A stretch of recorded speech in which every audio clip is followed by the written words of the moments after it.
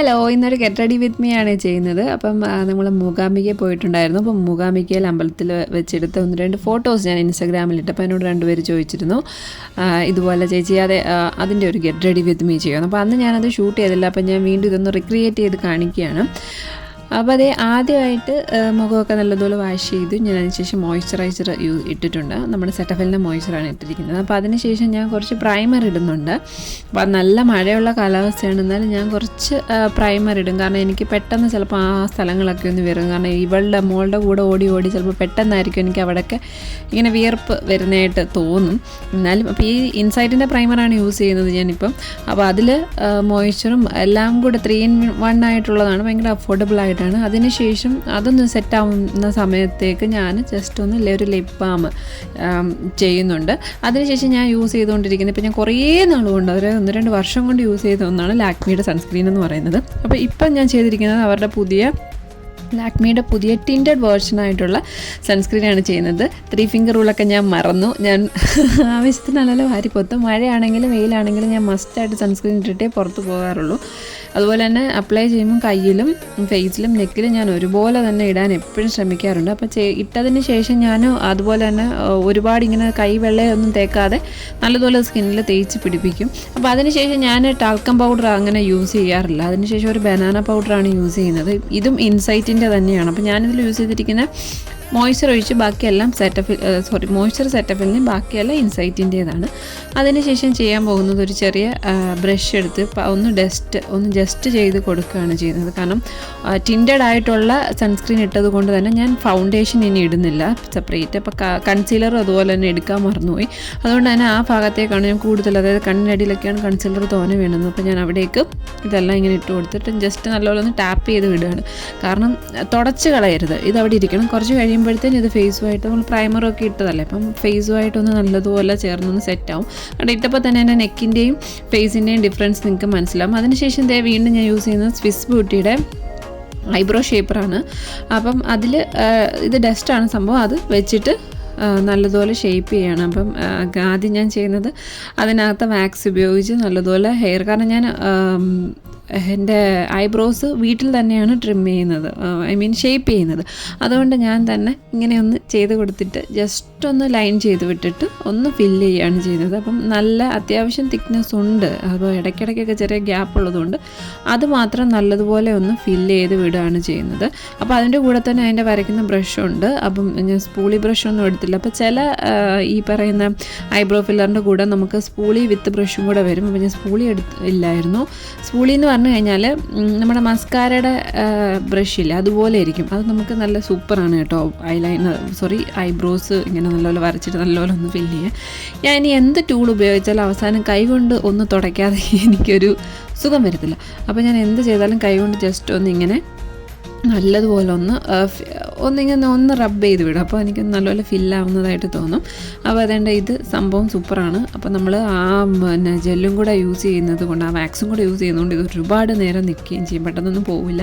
അതിനുശേഷം dazzler എറ്റേണയുടെ ലൈനറാണ് use ചെയ്യുന്നത്. ഇത് സൂപ്പറാണ്, സ്മഡ് പ്രൂഫാണ്, അതുപോലെ തന്നെ വാട്ടർ പ്രൂഫാണ്. പെട്ടെന്നൊന്നും ഒലിച്ചൊന്നും പോത്തില്ല. ഞാൻ പറഞ്ഞില്ല, അടിപൊളി മഴ സമയത്താണ് ഞാൻ ഈ സംഭവം കൊണ്ട് ഇവിടുന്ന് പോയത്. അപ്പോൾ എനിക്ക് വലിയ ഒലിച്ച് പോകുന്നതായിട്ടില്ല. മാത്രമല്ല ഇതിപ്പോൾ ഞാൻ ഉപയോഗിക്കാൻ തുടങ്ങിയിട്ട് 6 മാസത്തിൽ കൂടുതലായി. വലിയ പ്രശ്നങ്ങളൊന്നുള്ളതായിട്ട് തോന്നിയില്ല. ഞാൻ പറഞ്ഞില്ലേ, വീണ്ടും കൈ തന്നെ വെച്ച് യൂസ് ചെയ്യുന്നു. എന്നിട്ട് താഴെ ഒന്ന് ചെറുതായിട്ട് സ്മഡ് ചെയ്ത് കൊടുക്കുകയാണ് ചെയ്യുന്നത്. എന്നിട്ട് മുകളിൽ ഞാൻ അതുപോലെ തന്നെ ലൈനർ വെച്ച് വരച്ചതിന് ശേഷം ചെറുതായിട്ട് ഒന്ന് സ്മഡ് ചെയ്ത് വിടുകയാണ് ചെയ്യുന്നത്. അപ്പോൾ ഇത് ഭയങ്കര ബ്ലാക്കാണ്, കാണാൻ നല്ല രസമാണ്. അത് നല്ല സ്മൂത്താണ്. അതുപോലെ തന്നെ നമുക്കിങ്ങനെ ഒട്ടിപ്പിടിക്കാനായിട്ട് ഒന്നുമില്ല. നല്ല ഫൈനായിട്ട് ഇങ്ങനെ സ്പ്രെഡായിട്ടൊക്കെ ഇങ്ങനെ ഇരിക്കാൻ നമുക്ക് സഹായിക്കും. ഒരു നാച്ചുറൽ ലുക്കൊക്കെ തരാൻ സഹായിക്കുന്ന ഒന്നാണ് ഈ സംഭവം എന്ന് പറയുന്നത്. വരച്ചോണ്ട് വന്നപ്പോൾ എൻ്റെ ബ്രഷ് താഴെ പോയില്ല, പക്ഷെ ഞാനത് അതിസാഹസികമായിട്ട് പിടിച്ചു. അപ്പോൾ അതേണ്ടോ മുകളിൽ ജസ്റ്റ് ഒന്ന് ഇങ്ങനെയൊക്കെ ഒന്ന് വരച്ച് ഒന്ന് ഇതാക്കുമ്പോഴത്തേന് ശരിയാവും. ഞാൻ വേറെ ഒന്നും ചെയ്യുന്നില്ല, കോണ്ടോറോ കാര്യങ്ങളോ ഒന്നും ചെയ്യുന്നില്ല. അമ്പലത്തിലേക്കല്ലേ, വളരെ സിമ്പിളായിട്ടാണ് ചെയ്യുന്നത്. കണ്ടോ ഇപ്പോഴത്തന്നെ എൻ്റെ അത് കണ്ടോ നല്ല വ്യത്യാസമായില്ലേ. എനിക്ക് ഭയങ്കര ഇഷ്ടമാണ് അങ്ങനെ ചെയ്യുന്നത്. അപ്പം ഞാൻ പണ്ട് യൂസ് ചെയ്തിരുന്നത് നിന്ന് വ്യത്യസ്തമായിട്ട് ഇപ്പോൾ ഇത് യൂസ് ചെയ്യുമ്പം എനിക്ക് കുറച്ചും കൂടെ എന്തോ ഒരു ഭംഗി തോന്നാറുണ്ട്. അപ്പോൾ അതിനുശേഷം എന്ത് ചെയ്യാം, നമ്മൾ ലിപ്സ്റ്റിക്കാണ്. അപ്പം ഇതെന്ന് പറഞ്ഞു കഴിഞ്ഞാൽ ക്രയോൺസ് എല്ലാം ജസ്റ്റ് ഇതുപോലെ ഒരു ബോക്സിൽ വരുന്നതാണ്. അപ്പോൾ ഇതാണ് അതിൻ്റെ പാലറ്റ്. ഇതൊരു ലിപ്സ്റ്റിക് പാലറ്റാണ്.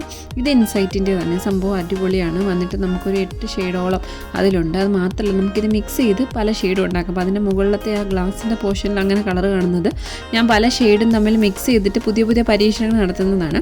അപ്പം ഞാൻ ലൈനർ എടുത്തുകൊണ്ട് പോകാൻ മറന്നതുകൊണ്ട്, ലിപ്പ് ലൈനർ എടുക്കാൻ മറന്നതുകൊണ്ട് ഞാൻ അങ്ങനെ വരുന്ന അവസ്ഥയിൽ ചെയ്യുന്നത് മിക്സ് ചെയ്തത് അകത്ത് തേച്ചിട്ട് നമ്മൾ മിക്സ് ചെയ്യാൻ ഉപയോഗിച്ചതിൽ ഏറ്റവും നല്ല ഡാർക്കായിട്ടുള്ള കളറില്ലേ അത് ഞാൻ ഔട്ടർ ലൈനായിട്ട് ജസ്റ്റ് കൈകൊണ്ടൊന്ന് വരച്ചു കൊടുക്കും. പിന്നെ എൻ്റെ ജീവിതത്തിൽ എനിക്ക് ഓർമ്മയുള്ളിടം തൊട്ട് ഞാൻ ഉപയോഗിക്കുന്ന ഒരു പൊട്ടാണ് ഇതെന്ന് പറഞ്ഞു കഴിഞ്ഞാൽ. എനിക്ക് ഭയങ്കര ഇഷ്ടമാണ്. അമ്മ എന്നെ എപ്പോഴും കളിയാക്കുകയും ചെയ്യുന്നു. എനിക്കിതിലും ചെറിയത്, അതായത് ഇവർക്ക് തന്നെ ഒരുപാട് വലുതുണ്ട്, വലിയ അളവിൽ സൈസിലും ഉണ്ട്, എനിക്കിതിലും ചെറുതൊന്നും കിട്ടിയില്ലേ എന്ന് ചോദിക്കും. പക്ഷേ എനിക്ക് ഭയങ്കര ഇഷ്ടമാണ് ഈ പറഞ്ഞ പൊട്ടെന്ന് പറയുന്നത്. അപ്പോൾ അങ്ങനെ ഏകദേശം ഫേസ് ഒക്കെ ഒന്ന് സെറ്റായി. അപ്പോൾ ഇതിന് ശേഷം നമ്മൾ സാരിയാണ് ഞാൻ ഉടുത്തത്. എനിക്ക് മഴ നേരത്തെ ഉള്ളതായിട്ട് അറിയാമായിരുന്നു. നമ്മൾ എവിടെ പോയാലും വെതർ ഫോർകാസ്റ്റ് ചെക്ക് ചെയ്തിട്ടാണ് പോകുന്നത്. അപ്പോൾ അങ്ങനെ എല്ലായിടത്തും പോകുമ്പോഴും എപ്പോഴും സെറ്റ് കസവ് അങ്ങനെയുള്ള ഞാൻ വിചാരിച്ചൊന്ന് വേറിട്ട് നിൽക്കാം. അങ്ങനെ എൻ്റെ അമ്മയുടെ ഒരു പഴയ സാരി, 30 വർഷം മുമ്പുള്ള ഒരു സാരിയാണ്, അതെടുത്തോണ്ടാണ് പോയത്. അപ്പോൾ ഹക്കോബ ബ്ലൗസുമായിട്ടാണ് ഞാനിത് പെയർ ചെയ്യാൻ പോകുന്നത്. ഭയങ്കര സ്മൂത്തായിട്ടുള്ള സാരി. ഇപ്പോൾ ഇതാണ് അതിൻ്റെ ഒറിജിനൽ കളറ്. അപ്പം ഈ ഒരു മാലയും കമ്മലുമാണ് ഞാൻ ഇതിൻ്റെ കൂടെ പെയർ ചെയ്യാൻ ഉദ്ദേശിക്കുന്നത്. അപ്പോൾ ഈ ഒരു മാല എനിക്ക് ഏതോ ഒരു ഇൻസ്റ്റ പേജിൽ നിന്ന് നേരത്തെ ഒരു വീഡിയോ ചെയ്യാൻ വേണ്ടിയിട്ട് അവർ തന്നതാണ്. പക്ഷേ അത് മറന്നുപോയത് 1-2 വർഷം അതിന് മുമ്പ് വന്നതാണ്. അപ്പോൾ ഞാൻ അങ്ങനെ യൂസ് ചെയ്തിട്ടുണ്ടായിരുന്നില്ല. പക്ഷേ ഇതിൻ്റെ കൂടെ പെയർ ചെയ്യാൻ സൂപ്പറാണെന്ന് തോന്നി. അപ്പോൾ അതിൻ്റെ ഈ സാരിയുടെ ഒരു പ്രത്യേകത ഞാൻ പറഞ്ഞില്ലേ, ഓയിൽ നല്ല കട്ടിയുള്ള ഒരു ഷിഫോണാണ്. അപ്പോൾ ഇതിൻ്റെ ഞൊറു പിടിച്ചാൽ നല്ല പ്ലീറ്റ് എടുത്താലും നല്ല സൂപ്പറായിട്ട് കിടക്കും. അതുകൊണ്ട് മാത്രമല്ല വളരെ എളുപ്പം എനിക്ക് കൊടുക്കാൻ പറ്റും. മാത്രമല്ല ക്യാരി ചെയ്താൽ ഇങ്ങനെ എനിക്ക് എത്രമാത്രം ചുരുട്ടാമോ അത്രമാത്രം എനിക്ക് ചുരുട്ടി ബാഗിൽ വെക്കാം. അതിനകത്ത് ഒരുപാട് ചുരുട്ടുകളോ ഇങ്ങനെ ചുളുകൾ വീണ് കിടക്കുന്നതായിട്ട് തോന്നത്തില്ല. മാത്രമല്ല ഇതെനിക്ക് ഭയങ്കര എളുപ്പമാണ് കൊടുക്കാനായിട്ട്. അപ്പോൾ അങ്ങനെ ഞാൻ ഓപ്പൺ ഫ്ലീറ്റ്, അതായത് സിംഗിൾ ഫ്ലീറ്റ് ഇടാനാണ് ഉദ്ദേശിച്ചിരിക്കുന്നത്. അപ്പം ഇങ്ങനെ ഞൊറിയുമ്പം എനിക്ക് ലാസ്റ്റ് പോർഷൻ എങ്ങനെ പോയാലും അധികം വരുമ്പോൾ അവസാനത്തെ പ്ലീറ്റ് ഞാൻ കുറച്ച് അധികം ഇട്ടിട്ടാണ് ഉടുക്കാറ്. എൻ്റെ ആ ഫ്ലീറ്റ് കിടക്കുന്ന കാണാൻ നല്ല രസമല്ലേ, അടിപൊളിയാണ് കാണാൻ. എനിക്ക് ഭയങ്കര ഇഷ്ടമാണ് ഇങ്ങനത്തെ സാരികൾ. ഭയങ്കര എളുപ്പമാണ്, നമുക്ക് ഹാൻഡിൽ ചെയ്യാനൊക്കെ ഭയങ്കര എളുപ്പമാണ്, കൊണ്ടുപോകാനൊക്കെ ഭയങ്കര എളുപ്പമാണ്. അപ്പോൾ ഈ ഒരു സാരി ആയതുകൊണ്ട് തന്നെ ആ സൈഡിലത്തെയൊക്കെ ഞുറു പെട്ടെന്ന് തന്നെ നമുക്ക് കിട്ടും. ഇതില്ലാന്നുണ്ടെങ്കിൽ ഇതുപോലെ ഒന്ന് പിടിച്ചു വെച്ച് കുത്തും.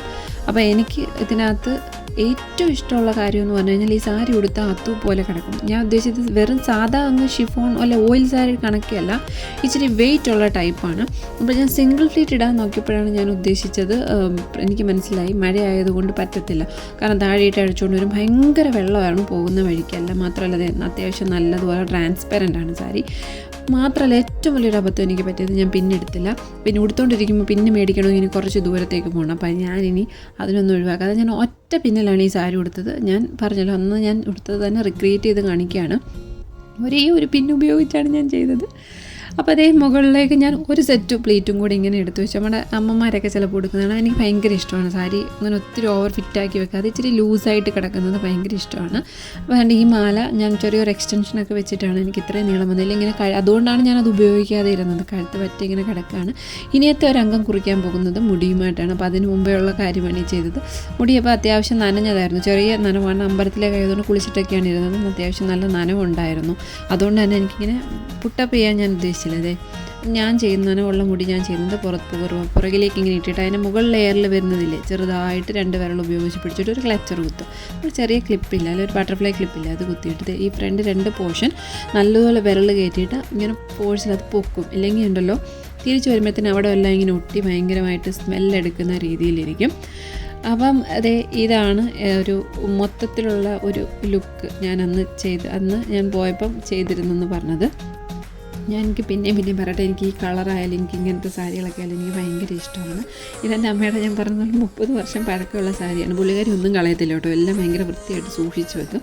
ഞാനാണിപ്പം ഒരു ഡിസ്ട്രോയർ എന്ന നിലയ്ക്ക് എല്ലാം നശിപ്പിക്കുന്നത്. എല്ലാം എടുത്തുകൊണ്ട് എവിടെയെങ്കിലും കുറേ കറയാക്കും, അല്ലെങ്കിൽ ചവിട്ടി എവിടെയെങ്കിലും കൊളുത്തി കീറും. വണ്ടിയൊക്കെ എവിടെയെങ്കിലും കൊണ്ട് കീറുകയൊക്കെ ചെയ്യും. അപ്പോൾ ഇങ്ങനൊരു ചെറിയ പ്ലേറ്റൂടെ എടുത്ത് വെച്ചപ്പോഴത്തേന് എന്ത് ചെയ്തു, ആ ഒരു ആയം കാണുന്നതിൻ്റെ കുറേ പോർഷനൊക്കെ ഒഴിവായി. അപ്പോൾ ഇതായിരുന്നു ഒരു ഔട്ട്ലുക്ക് എന്ന് പറയുന്നത്. ഇപ്പോൾ ഈ സാരി കൊടുത്തിട്ടുള്ള ഫോട്ടോ ആണ് അതിൽ വന്നത് നിങ്ങൾ കണ്ടത്. അപ്പോൾ ഞാൻ പറഞ്ഞാലും മുടി നനഞ്ഞാണ്. അപ്പോൾ അമ്പലത്തിലേക്ക് എത്തുമ്പോഴത്തേന് മുടിയുടെ തുമ്പ് കൂടി ഒന്ന് ചെറുതായിട്ട് കെട്ടിയിടും. സാധാരണ ഞാൻ അമ്പലത്തിലേക്ക് പോകുമ്പോൾ അങ്ങനെയാണ് ചെയ്യുന്നത്. അപ്പോൾ അത് ഇതായിരുന്നു ടോട്ടൽ ഔട്ട്ഫിറ്റ് എന്ന് പറയുന്നത്. എങ്ങനെയുണ്ട്? അടിപൊളിയല്ലേ? എനിക്ക് ഭയങ്കര ഇഷ്ടമാണ്, സൂപ്പറാണ്. എനിക്ക് ഭയങ്കര ഇഷ്ടമാണ്. ഞാൻ വീണ്ടും വീണ്ടും പറയുന്നത് വെച്ചാൽ എനിക്ക് അത്രയും ഇഷ്ടമാണ് ഇങ്ങനത്തെ സാരി. വേറൊന്നുമല്ല, ഈ സമയത്ത് ഞാനൊരു സെറ്റ് സാരിയാണ് ഉടുക്കാൻ ഉദ്ദേശിച്ചിരുന്നതെങ്കിൽ ഈ നേരത്തൊന്നും ഞാൻ ഉടുത്ത് തീരത്തേയില്ല. ഇങ്ങനെ മാറിയും തിരിഞ്ഞും. അത് മാത്രമല്ല, ഫുള്ള് ഞുറും എടുത്ത് കുത്തണമെങ്കിൽ ഒട്ടും വരത്തില്ല. എന്തായാലും അമ്പലത്തിൽ വലിയ തിരക്കൊന്നും ഉണ്ടായിരുന്നില്ല. അതേ അകത്ത് പോലും കുട പിടിച്ചുകൊണ്ടാണ് ആളുകൾ നടന്നത്. അപ്പോൾ ഇതായിരുന്നു ഒരു ടോട്ടൽ ഔട്ട്ഫിറ്റ് എന്ന് പറയുന്നത്. മോൾക്ക് ഞാൻ ചെറിയൊരു ഫ്രോക്കാണ് ഇട്ടത്. അവൾക്ക് ഓടി കളിക്കാനുള്ള സ്ഥലം കണ്ടുകൊണ്ട് ഓടുകയാണ്. അപ്പോൾ ഇതിൻ്റെ സാരി, അപ്പോൾ ഞാനൊരു ഷെയ്ഡ് വിയറാണ് അണ്ടർ സ്കേർട്ട് ഇട്ടിരിക്കുന്നത്. അപ്പോൾ സാരിയുടെ അടിഭാഗം നനഞ്ഞു കഴിഞ്ഞപ്പോഴത്തേനും അവിടെ വേറൊരു കളറായി. പക്ഷേ ആക്ച്വലി എനിക്ക് തോന്നുന്നു അത് കുറച്ചും കൂടെ ഭംഗിയായിട്ട് തോന്നി എനിക്ക്. അപ്പോൾ അത് ഇതായിരുന്നു ആ സിമ്പിൾ ഔട്ട്ലുക്ക് എന്ന് പറയുന്നത്. പുതിയ വീഡിയോ ആയിട്ട് നമുക്ക് വീണ്ടും കാണാം. Bye bye.